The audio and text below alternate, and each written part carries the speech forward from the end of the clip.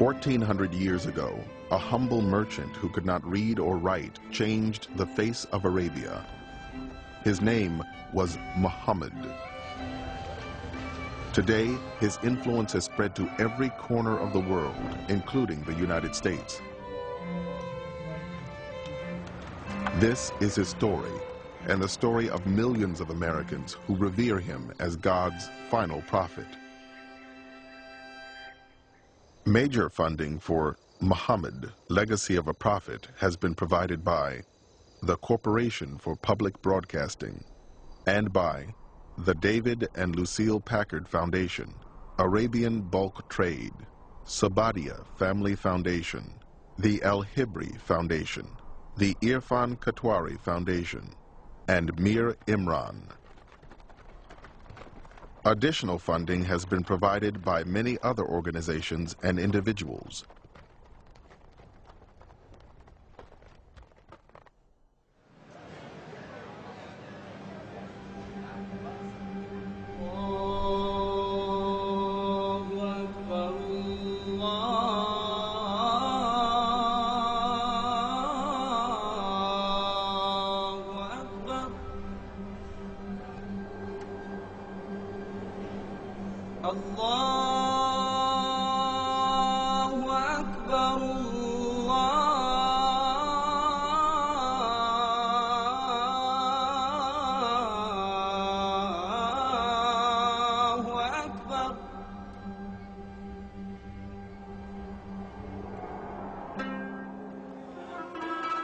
He was neither tall and lanky, nor short and heavy-set.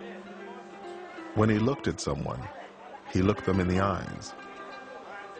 He was the most generous-hearted of men, the most truthful of them in speech, the most mild-tempered of them, and the noblest of them in lineage. Anyone who would describe him would say, "I never saw before or after him the like of him." Muhammad, described by a contemporary. Muhammad was a man who faced an absolutely hopeless situation. There was a whole continent, virtually, of people killing one another in an endless, hopeless vendetta, going down a chute of violence and warfare, feeling that society was coming to an end and had no hope. He gave them hope, single-handedly. In a space of 23 years, he brought peace and new hope to Arabia and a new beacon for the world. Islam, the religion Muhammad first brought to Arabia, now claims 1.2 billion followers around the world.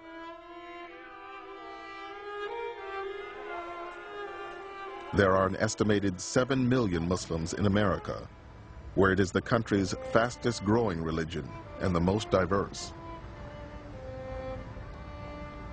Like America itself, the Muslims in this country come from all over the world. They have a common bond, not only in their religious faith and in their mosques, but in this story of Muhammad. They all look to it. This is the source of how to behave, of how to be a constructive citizen, of how to be a good parent, of how to be a good child, of how to seek knowledge and truth. These are values that are expressed most clearly for Muslims in the story of Muhammad. In the Quran, Allah says that Muhammad is the best example of behavior for you. And that's what he is, the guide for the way we deal with each other, and when we're in a position of authority, how we attempt to implement justice and law. The Prophet Muhammad, he asked the question to people around him, do you love your Creator? Serve your fellow man first. What does that tell you? It tells you, forget about all this intellectual, yeah, I love God and this and that. If you're going to, forget about talking the talk, walk the walk. You want to serve God, serve people. What more noble way to serve people than to risk your own life to save them?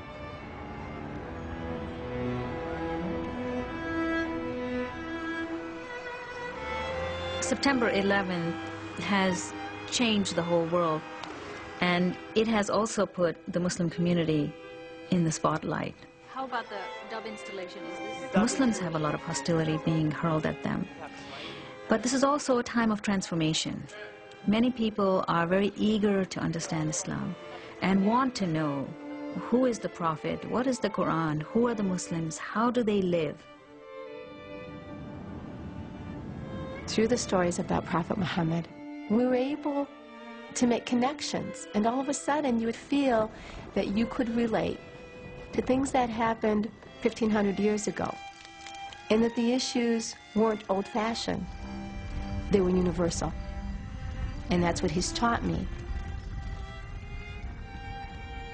This is the story Muslims have passed down from generation to generation for 1,400 years.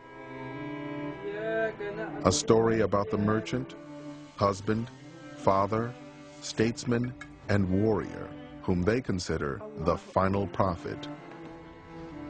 The man whose legacy continues to shape their lives today.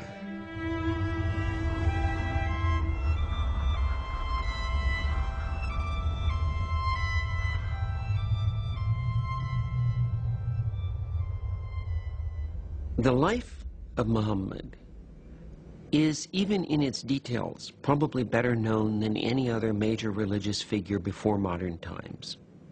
His followers made careful efforts to record memories that they had of things that he had said and things that he had done. Many of these traditions may have been made up later on, but at the core, there seems to me to be little reason to doubt that there is a picture and a portrait of a living man. According to Muslim sources, Muhammad bin Abdullah, or son of Abdullah, was born in the year 570 in the city of Mecca, in what is today Saudi Arabia. A poet of the times described Mecca as a place where winter and summer were equally intolerable. The world into which Muhammad arrived was a brutal one, defined by hunger, violence, and tribal warfare. You could not exist without your tribe. An individual in this dangerous world had absolutely no chance of survival. And that meant that the tribe had become perhaps the most sacred value in Arabia. It's a society that's based on the idea of vigilantism, that if somebody attacked my clan, then I have a right to go and attack anyone from his clan. They saw justice as taking revenge. The Arabs of the 6th century had no written code of law, no common religion, and no central government. In this dangerous world, Muhammad had the good fortune to be born into Mecca's powerful tribe, the Quraysh. But his father died before he was born, and his mother died when he was only 6. His uncle, Abu Talib, was left to raise the young orphan. He surely had to have worried about his future, what will he be? And so he must have been a very introspective child. Muhammad had the habit of going out in the desert and contemplating the stars and thinking about why he was an orphan and how would life be to him in the future.